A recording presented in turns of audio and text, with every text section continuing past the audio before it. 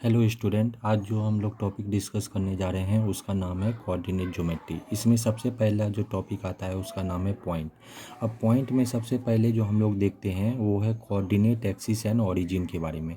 तो coordinate axis और origin के बारे में पहले जान लेना ज़रूरी है कि कोऑर्डिनेट एक्सिस क्या होता है, ओरिजिन कैसे डिफाइन किया जाता है, इसको हम लोग पहले देखते हैं। तो मान लेते हैं कि हमारे पास दो परपेंडिकुलर स्ट्रेट लाइन है। एक परपेंडिकुलर स्ट्रेट लाइन क्या है, एक्स ओ एक्स डैश, और दूसरा परपेंडिकुलर स्ट्रेट लाइन जो है हमारे पास क्या है, वाई ओ वाई डैश।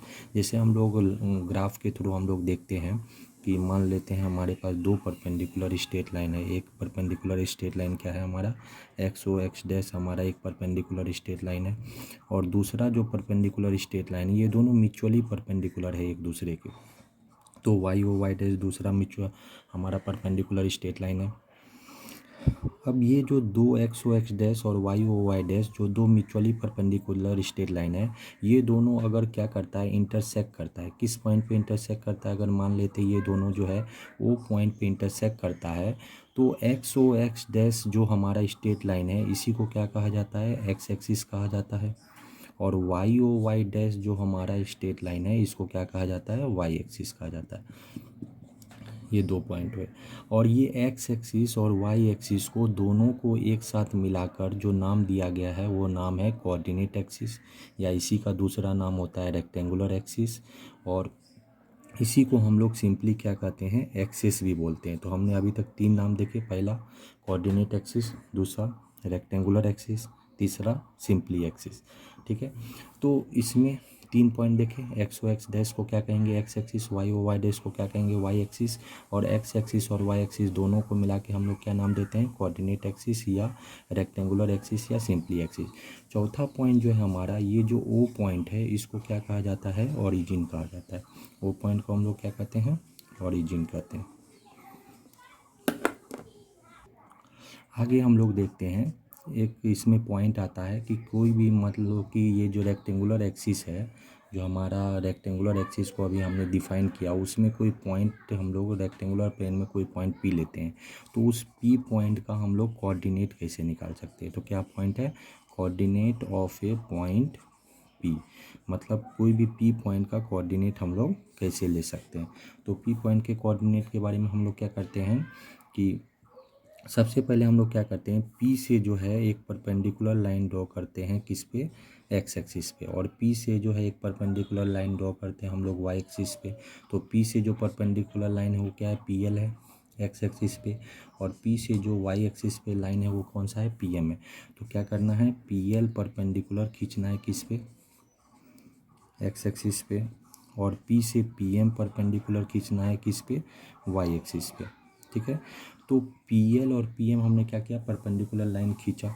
तो इससे पहले अभी मैंने आप लोगों को क्या बताया कि पी पॉइंट का कोऑर्डिनेट हमें निकालना है। तो पी पॉइंट का कोऑर्डिनेट निकालने के लिए हमने क्या खींचा है, पी से पी एल परपेंडिकुलर खींचा है एक्स एक्सिस पे, और पी से पी एम परपेंडिकुलर खींचा है वाई एक्सिस पे। तो सबसे पहला पॉइंट जो हमारा आता है वो पॉइंट है एक्स कोऑर्डिनेट का। जो हम लोग एक्स कोऑर्डिनेट किसी भी पॉइंट पी का जो है हम लोग एक्स कोऑर्डिनेट के बारे में बात कैसे करेंगे। तो एक्स कोऑर्डिनेट का कोऑर्डिनेट ज्योमेट्री में जो नाम दिया गया है वो नाम है एब्सिसा। मतलब एक्स कोऑर्डिनेट को हम लोग एब्सिसा से भी बोलते हैं। तो एक्स कोऑर्डिनेट जो है हमारा, मतलब पी पॉइंट का जो एक्स कोऑर्डिनेट होगा वो क्या होगा, वो इक्वल होता है length of P M with proper sign. मतलब पी एम का जो लेंथ है प्रॉपर साइन के साथ जो होगा उसको हम एक्स कोऑर्डिनेट कहेंगे। और इसी को दूसरी तरह से भी डिफाइन किया जाता है, क्या डिफाइन किया जाता है कि distance of P from Y axis. ठीक है, ये हमारा क्या हो गया, एक्स कोऑर्डिनेट हो गया। तो एक्स कोऑर्डिनेट के बारे में हम लोगों ने क्या जाना है कि इसका दूसरा नाम क्या है, एब्सिसा। ठीक है, और एक्स कोऑर्डिनेट को हम लोग कैसे निकालते हैं, तो कोई पी पॉइंट का अगर एक्स कोऑर्डिनेट निकालना है तो पी से पी एल एक्स एक्सिस पे परपेंडिकुलर खींचेंगे, और पी से पी एम वाई एक्सिस पे परपेंडिकुलर खींचेंगे। ठीक है, और पी एम का जो लेंथ होगा प्रॉपर साइन के साथ उसको हम लोग क्या बोलेंगे, पी का एक्स कोऑर्डिनेट बोलेंगे। या दूसरे लैंग्वेज में पी का जो डिस्टेंस होगा वाई एक्सिस के साथ उसको हम लोग क्या बोलने वाले हैं, एक्स कोऑर्डिनेट। और चलिए अब हम लोग दूसरे पॉइंट पे डिस्कस करते हैं इसी में। एक्स कोऑर्डिनेट पी का तो एक्स कोऑर्डिनेट हमने डिफाइन कर लिया। अगर मान लो कि पी का जो है, अगर हम लोग वाई कोऑर्डिनेट की बात करें कि अगर पी का वाई कोऑर्डिनेट कैसे निकालेंगे, तो कोऑर्डिनेट ज्योमेट्री में वाई कोऑर्डिनेट का जो नाम दिया गया है उसको हम लोग क्या कहते हैं, ऑर्डिनेट भी बोलते हैं। तो ऑर्डिनेट किसी भी पी पॉइंट का हम लोग वाई कोऑर्डिनेट कैसे निकालेंगे, तो ये जो होता है ये इक्वल होता है, किसके इक्वल होता है, length of P L with proper sign. मतलब पी एल का जो लेंथ होगा वही क्या होगा हमारा, मान लो कि हम लोग पी का जो एक्स और वाई कोऑर्डिनेट लिखने वाले हैं, तो ये क्या होगा, एक्स होगा और ये क्या होगा, वाई होगा। तो पी का जो एक्स कोऑर्डिनेट था वो क्या था, पी एम का लेंथ था। तो पी का जो वाई कोऑर्डिनेट होगा वो किसका लेंथ होगा, पी एल का लेंथ होगा। किसके साथ, प्रॉपर साइन के साथ। ठीक है, तो कोऑर्डिनेट चूँकि पॉजिटिव और निगेटिव दोनों होता है, इसलिए यहाँ पे हम लोग प्रॉपर साइन की बात कर रहे हैं।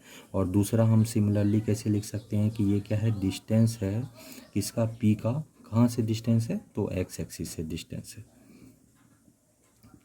ठीक है, अभी जो पॉइंट हम लोग डिस्कस कर रहे थे उसमें हम लोगों ने एक्स एक्सिस को डिफ़ाइन किया, वाई एक्सिस को डिफ़ाइन किया, ओरिजिन को डिफ़ाइन किया, किसी भी पॉइंट का कोऑर्डिनेट कैसे निकालते हैं वो देखा। अब क्या देखते हैं कि इसी में है कि अगर मान लो कि अब फाइनली हमने एक्स कोऑर्डिनेट को भी डिफ़ाइन कर दिया है, वाई कोऑर्डिनेट को भी डिफ़ाइन कर दिया है। अगर हम लोग पूरा कोऑर्डिनेट लिखना चाहें तो कैसे लिख सकते हैं, तो क्या है, जो एब्सिसा है, the abscissa and ordinate of point P taken together, अगर इनको हम लोग एक साथ ले ले, जो एब्सिसा और ऑर्डिनेट है, एब्सिसा और किसी पॉइंट का पी का जो एब्सिसा और ऑर्डिनेट है दोनों को एक साथ ले ले, तो उसी को कोऑर्डिनेट ऑफ पी कहा जाता है।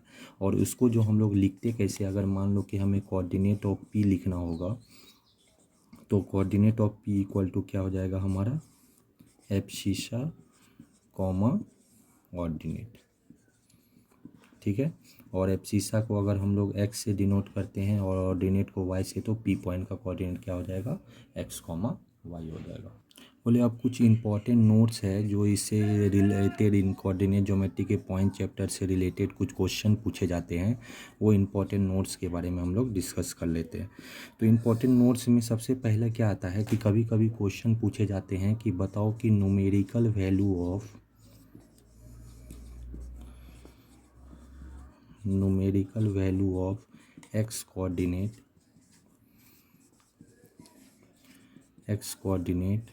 of point P। मतलब पॉइंट P का जो है हम लोग न्यूमेरिकल वैल्यू कैसे निकाल सकते हैं।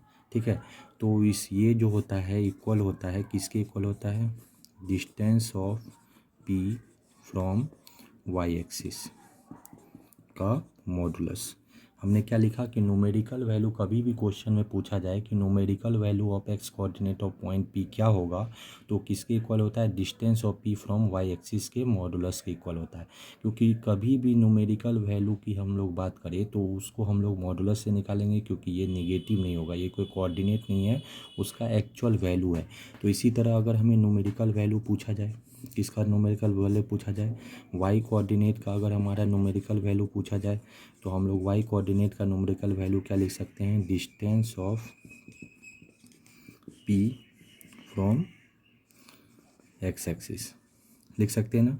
क्योंकि वाई कोऑर्डिनेट क्या होता है हमारा, एक्स एक्सिस से डिस्टेंस होता है, और एक्स कोऑर्डिनेट क्या होता है हमारा, वाई एक्सिस से डिस्टेंस होता है। अब इसी में एक बार इस तरह का भी क्वेश्चन पूछा गया था। मान लो कि हमें क्या करना है कि कोई भी कोऑर्डिनेट निकालना है, coordinate of any point on straight line. क्या है कि एक स्ट्रेट लाइन का इक्वेशन दिया हुआ है, स्ट्रेट लाइन का इक्वेशन क्या है, A X plus B Y plus C equal to 0। ठीक है, तो इस स्ट्रेट लाइन पे हमें कोई पॉइंट का कोऑर्डिनेट लेना है। ठीक है, ठीक है, तो अगर स्ट्रेट लाइन पे हमें कोई पॉइंट का कोऑर्डिनेट लेना है, मान लेते हैं कि ये एक स्ट्रेट लाइन है, स्ट्रेट लाइन का इक्वेशन क्या दिया है, A X plus B Y plus C equal to 0 और इस पे कोई पॉइंट पी है, इसका कोऑर्डिनेट लेना है। तो मान लेते हैं कि इसका एक्स कोऑर्डिनेट अल्फ़ा है, तो एक्स कोऑर्डिनेट अल्फ़ा है तो वाई कोऑर्डिनेट हम कैसे निकाल सकते हैं? हम एक्स के इक्वेशन में एक्स की जगह क्या रखेंगे? अल्फ़ा। तो क्या आ जाएगा? B Y plus C equal to 0। यहाँ से अगर हम वाई का वैल्यू निकालेंगे तो आपको पता है क्या आएगा? Minus A alpha minus C divided by B. तो वाई कोऑर्डिनेट क्या हो जाएगा? Minus A alpha minus C divided by B. अब ये इंपॉर्टेंट पॉइंट में एक चौथा पॉइंट आता है जो हम लोग पहले से जानते हैं कि कोई भी कोऑर्डिनेट एक्सिस में किसी भी लाइन पे, मान लो कि एक्स एक्सिस है, वाई एक्सिस है, हमें एक्स एक्सिस पे कोई पॉइंट का कोऑर्डिनेट लेना है या वाई एक्सिस पे कोई पॉइंट का कोऑर्डिनेट लेना है, तो हम लोग कैसे ले सकते हैं? तो मान लो कि अगर हमें एक्स एक्सिस पे किसी पॉइंट का कोऑर्डिनेट लेना है, the coordinate of any point on x axis, तो हम लोग क्या कंसीडर करते हैं? ए कॉमा 0। और वाई एक्सिस पे किसी पॉइंट का कोऑर्डिनेट लेना है तो हम लोग क्या लेते हैं? हमेशा 0 कॉमा बी। मतलब इस तरह से ये हमारा एक्स एक्सिस है, ये वाई एक्सिस है, ठीक है।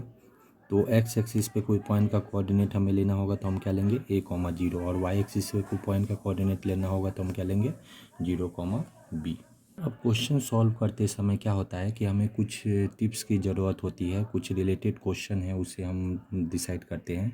जैसे हमारे पास क्या है, 4 कंजिक्यूटिव पॉइंट्स है। 4 कंजिक्यूटिव पॉइंट्स की बात हम लोग कर लेते हैं। 4 कंजिक्यूटिव पॉइंट्स है। ये 4 कंजिक्यूटिव पॉइंट्स हमारे पास कौन कौन से हैं? ए बी सी और डी। 4 कंजिक्यूटिव पॉइंट्स हमारे पास है। ये क्या होगा? फॉर्म करेगा, ठीक है। हम लोग क्या क्वाड्रिलेटरल का केस देखते हैं ना, क्वाड्रिलेटरल में क्या आता है? स्क्वायर आता है, रेक्टेंगल आता है, रोम्बस आता है, ट्रेपेजियम आता है, पैरेललोग्राम आता है, वही सब केस हम लोग करने वाले हैं। तो 4 पॉइंट मिलके हमारा जो क्लोज फिगर बनता है वो क्वाड्रिलेटरल होता है। अब क्वाड्रिलेटरल का जो है हम लोग कंडीशन के अनुसार पढ़ने वाले हैं कि 4 consecutive points A B C और डी जो है किस चीज़ का फॉर्मेशन करेगा। सबसे पहला फॉर्म आता है कि 4 consecutive point A B C D जो है वो फॉर्म करेगा, एक पैरेललोग्राम फॉर्म करेगा। इस तरह से पैरेललोग्राम लिखते हैं। पैरेललोग्राम का फॉर्मेशन कब करेगा? तो इसके 3 कंडीशन है। सबसे पहला कंडीशन क्या है कि मान लो कि 4 पॉइंट से हम लोग कोई भी क्वाड्रिलेटरल का फॉर्मेशन करते हैं। हमारा क्वाड्रिलेटरल क्या है? ए बी सी डी एक क्वाड्रिलेटरल है, ठीक है। इस तरह से हम लोग डायगोनल को मिला देते हैं। एक डायगोनल ए सी हो गया, दूसरा डायगोनल क्या हो गया? बी डी हो गया। तो ये जो 4 कंजिक्यूटिव पॉइंट्स है A B C D, consecutive मतलब लगातार 4 पॉइंट्स है ए बी सी डी, ये हमारा क्वाड्रिलेटरल का फॉर्मेशन कब करेगा? जब पहला कंडीशन है कि हमारा जो अपोजिट साइड्स हो, कौन कौन कौन सा? ए बी और C D, A B C D के इक्वल हो और बी सी जो है वो ए डी के इक्वल हो। दूसरा हमारा क्या है कि पैरेललोग्राम, ये जो 4 पॉइंट्स है, ये पैरेललोग्राम का फॉर्मेशन तभी करेगा जब मिड पॉइंट, किसका midpoint? Midpoint of A C and B D. A C और बी डी का जो मिड पॉइंट होगा वो दोनों का दोनों सेम होगा। सेम होने का मतलब ए सी एक डायगोनल है, बी डी एक डायगोनल है, दोनों का मिड पॉइंट मतलब ये O D equal to O B या इधर से O C equal to O D. अगर ये कंडीशन होगा तो हम क्या कहेंगे? चारों पॉइंट, ये चारों पॉइंट के द्वारा, 4 कंजुगेटिव पॉइंट के द्वारा जो हमारा क्वाड्रिलेटरल बनेगा वो क्या होगा? पैरेललोग्राम होगा। अब तीसरा कंडीशन पैरेललोग्राम बनने का ही, 4 पॉइंट के द्वारा पैरेललोग्राम बनने का ही तीसरा कंडीशन है कि सिर्फ एक pair, one pair of opposite side are equal and parallel, ठीक है। मतलब सिर्फ एक pair of opposite sides equal और पैरेलल हो तो भी हम लोग जो 4 पॉइंट से बनने वाला क्वाड्रिलेटरल होगा वो पैरेललोग्राम होगा। अब दूसरे पॉइंट पे आ जाते हैं। अभी तक हम लोगों ने क्या देखा कि 4 पॉइंट से बनने वाला क्वाड्रिलेटरल पैरेललोग्राम कब होगा। उसमें 3 कंडीशन थे, तीनों में से कोई भी एक कंडीशन सेटिस्फाई होगा तो बनने वाला जो क्वाड्रिलेटरल होगा वो क्या होगा? पैरेललोग्राम होगा। अब मानते हैं कि ये 4 कंजिक्यूटिव पॉइंट से बनने वाला जो क्वाड्रिलेटरल है वो रेक्टेंगल कब होगा? ठीक है। तो रेक्टेंगल होने के लिए क्या होना चाहिए, आपको भी पता है अच्छे से, क्या होना चाहिए कि A B opposite sides parallel होने चाहिए, A B equal to C D होना चाहिए। दूसरा क्या होना चाहिए, B C equal to C D A D होना चाहिए, दोनों क्या है अपोजिट साइड्स है। और एक और कंडीशन है कि हमारा डायगोनल भी इक्वल होना चाहिए। तो कौन कौन सा डायगोनल, ए सी और बी डी दोनों डायगोनल इक्वल होना चाहिए। ये दूसरा पॉइंट है रेक्टेंगल होने का। तीसरा पॉइंट पे हम लोग आ जाते हैं कि ये कंजुगेटिव पॉइंट से बनने वाला जो क्वाड्रिलेटरल होगा वो रोम्बस कब होगा। तो रोम्बस कब होगा हमें पता है, रोम्बस होने का क्या कंडीशन है। पहला कंडीशन कि चारों साइड्स जो साइड्स बनते हैं चारों पॉइंट से वो क्या होंगे, इक्वल होंगे, A B equal to B C equal to C D equal to D A. लेकिन इसके साथ साथ एक और कंडीशन है कि हमारा डायगोनल जो है रोम्बस के केस में इक्वल नहीं होता, मतलब ए सी और बी डी इक्वल नहीं होना चाहिए। अभी हमने रेक्टेंगल और रोम्बस का केस देखा, तो टोटल कितने केस हो गए, 3 केस हो गए। अब चौथा केस में आते हैं कि 4 कंसेक्यूटिव पॉइंट से बनने वाला जो क्वाड्रिलेटरल होगा वो स्क्वायर कब होगा।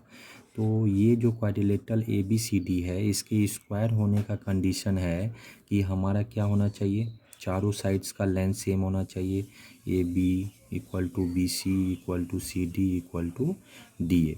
और साथ साथ एक और कंडीशन आता है कि चारों साइड्स इक्वल भी हो और उसके साथ साथ डायगोनल का जो लेंथ हो वो भी हमारा इक्वल होना चाहिए। और सबसे लास्ट केस जो आता है कि 4 कंसेक्यूटिव पॉइंट मिलके जो क्वाड्रिलेटरल बनाएगा वो ट्रेपीजियम कब होगा। तो ट्रेपीजियम के बारे में सब लोग जानते हैं। तो ये 4 पॉइंट्स मिलके जो हमारे ट्रेपीजियम का फॉर्मेशन करेगा, तो ये ट्रेपीजियम होने के लिए एक कंडीशन है कि सिर्फ only one pair of opposite sides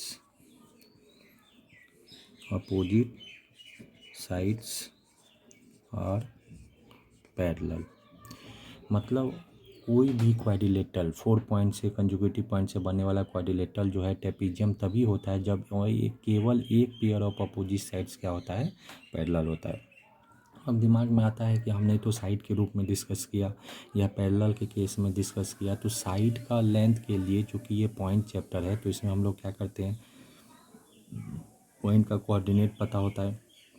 तो पॉइंट के कोऑर्डिनेट से हम लोग क्या करेंगे, दो साइड का लेंथ निकाल सकते हैं और साइड के लेंथ से हम लोग क्या कर सकते हैं, ये सब कंडीशन डिस्कस कर सकते हैं। और पैरेलल के कंडीशन में हम लोग क्या करते हैं, 2 पॉइंट का अगर कोऑर्डिनेट पता है तो उसका हम लोग स्लोप निकाल लेते हैं। अब जो पॉइंट हम लोग डिस्कस करने जा रहे हैं उसका नाम है some important geometrical results to remember. मतलब पॉइंट चैप्टर में कुछ ज्योमेट्रिकल रिजल्ट्स है जो पहले से हम लोग जानते हैं उसको थोड़ा सा याद रखना है। जैसे सबसे पहला पॉइंट है कि कोई भी ट्रैंगल जो होगा isosceles, a triangle is isosceles triangle. कोई भी ट्रैंगल आइसोस्केल्स ट्रैंगल तभी होगा, हम लोग क्या जानते हैं कि कोई भी ट्रैंगल को आइसोस्केल्स ट्रैंगल होने के लिए उसका कोई भी 2 साइड इक्वल होना चाहिए। लेकिन एक और रिजल्ट है कि कोई भी ट्रैंगल आइसोस्केल्स ट्रैंगल तभी होता है जब if any two medians are same. मतलब कोई भी ट्रैंगल को हम लोग आइसोस्केल्स ट्रैंगल तब भी कह सकते हैं जब उसका कोई भी 2 मीडियन, मतलब साइड का कोई भी 2 साइड का 2 मीडियन का लेंथ अगर सेम हो तो वो ट्रैंगल को हम लोग आइसोस्केल्स ट्रैंगल कहते हैं। अच्छा, सेकेंड पॉइंट डिस्कस करने से पहले मैं एक पॉइंट डिस्कस कर देना चाहता हूँ कि जैसे हम लोग जानते हैं सेंट्रॉइड के बारे में।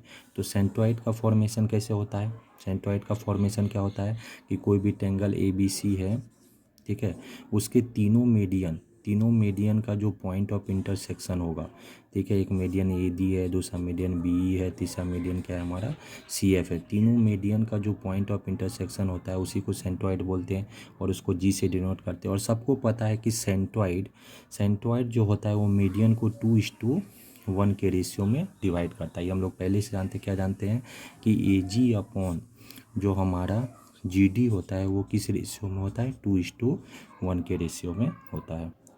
अब हमने अभी क्या देखा सेंट्रॉइड के बारे में कि सेंट्रॉइड जो होता है वो मीडियन को किस रेशियो में डिवाइड करता है, 2:1 के रेशियो में। तो इसी से रिलेटेड एक और थ्योरी है कि जो इन सेंटर होता है, इन सेंटर के बारे में आप लोग पहले भी जान चुके होंगे, नहीं जानते हैं तो मैं फिर से बता देता हूँ कि इन सेंटर जो होता है ट्रायंगल के तीनों एंगल बाइसेक्टर का पॉइंट ऑफ इंटरसेक्शन को हम लोग इन सेंटर कहते हैं और उसको आई से डिवाइड करते हैं। ठीक है, आई से डिनोट करते हैं। द इन सेंटर आई जो होता है वो डिवाइड करता है, divides the angle bisector through, पहले नंबर में ए, इन द रेशियो, देखो एक मिनट मैं डायग्राम से ड्रॉ करके बताता हूँ। ये क्या है हमारा ए बी सी ट्रायंगल है, ये एंगल ए का बाइसेक्टर क्या है, ए डी ए एंगल का हमारा बाइसेक्टर है। बी क्या है, बी हमारा जो है बी एंगल का बाइसेक्टर है। और सी एफ क्या है, हमारा एंगल सी का बाइसेक्टर है। तीनों एंगल बाइसेक्टर जहाँ पे मिलते हैं उसको क्या बोलते हैं, इन सेंटर। ठीक है, अब ये इन सेंटर जो है, इन सेंटर क्या करता है, ए से पास करने वाला जो एंगल बाइसेक्टर है ए डी, उसको किस रेशियो में डिवाइड करता है, तो रेशियो क्या होगा हमारा ए आई अपॉन आई डी। तो ए आई अपॉन आई डी जो होता है वो मान लो कि ए के अपोजिट साइड का जो लेंथ है वो लेंथ क्या है, ए। ठीक है, बी एंगल के अपोजिट साइड का लेंथ स्मॉल बी और सी एंगल के अपोजिट साइड का लेंथ स्मॉल सी। तो आई जो है ए डी को किस रेशियो में डिवाइड करता है, तो ए आई बाय जो हमारा आई डी होता है वो रेशियो होता है B plus C is to A के रेशियो में। मतलब अगर ये बी प्लस सी है तो ये क्या होगा, ए होगा। ठीक है, तो इसी तरह से बी से पास करने वाला एंगल बाइसेक्टर को किस रेशियो में डिवाइड करेगा, मतलब बी आई बाय जो हमारा आई होगा। देखो ए डी से पास करने वाला था तो B plus C is to A के रेशियो में था, तो बी से पास करने वाला रेशियो क्या होगा, C plus A is to B के रेशियो में।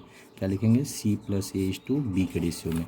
तो तीसरा आप लोग भी बता सकते हैं कि सी से पास करने वाला जो एंगल बाइसेक्टर होगा उसको सी से पास करने वाला कौन सा है, सी एफ को किस रेशियो में डिवाइड करेगा, मतलब सी आई बाई जो आई एफ होगा वो किस रेशियो में होगा, सी एफ कौन सा है, ए और बी। तो क्या लिखेंगे, ए प्लस बी इज टू सी के रेशियो में।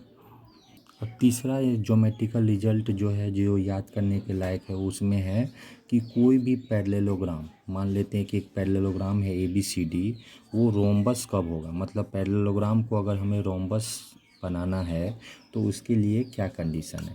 तो सबसे पहला कंडीशन है कि कोई भी पैरेललोग्राम रोम्बस तभी होगा जब हमारा डायगोनल्स, जो डायगोनल है ए सी और बी डी, जो डायगोनल्स है वो दोनों क्या होने चाहिए, परपेंडिकुलर होना चाहिए। ठीक है, और दूसरा पॉइंट क्या है कि कोई भी पैरेललोग्राम रोम्बस तभी होगा जब एनी टू एडजेसेंट साइड्स, क्या बोल सकते हैं, कोई भी दो क्वाड्रिलेटरल पैरेललोग्राम का कोई भी दो एडजेसेंट साइड, कोई भी दो एडजेसेंट साइड्स जो होंगे वो दोनों के दोनों क्या होंगे, इक्वल होंगे। ठीक है, तो हम लोग क्या बोल सकते हैं कि कोई भी रोम्बस क्या होता है, पैरेललोग्राम होता है। तो कोई भी रोम्बस पैरेललोग्राम तब होता है जब उसका डायगोनल आपस में परपेंडिकुलर हो और कोई भी दो एडजेसेंट साइड, हम जानते हैं कि दो एडजेसेंट साइड्स अगर इक्वल हो जाएगा तो चारों के चारों साइड्स क्या हो जाएंगे, इक्वल। और रोम्बस में क्या होता है, चारों के चारों साइड्स हमारे इक्वल होते हैं। अब चौथा पॉइंट हम लोग डिस्कस करें। चौथा पॉइंट क्या है कि जो है ये कोई भी रोम्बस, अगर हम लोग रोम्बस की बात करें तो कोई भी रोम्बस जो है हमारा स्क्वायर कब कहलाएगा, मतलब अगर रोम्बस को स्क्वायर में बदलना है, स्क्वायर में कन्वर्ट करना है तो उसका कंडीशन क्या है कि कोई भी रोम्बस स्क्वायर तभी हो सकता है जब डायगोनल्स जो होंगे वो क्या होंगे, इक्वल होंगे।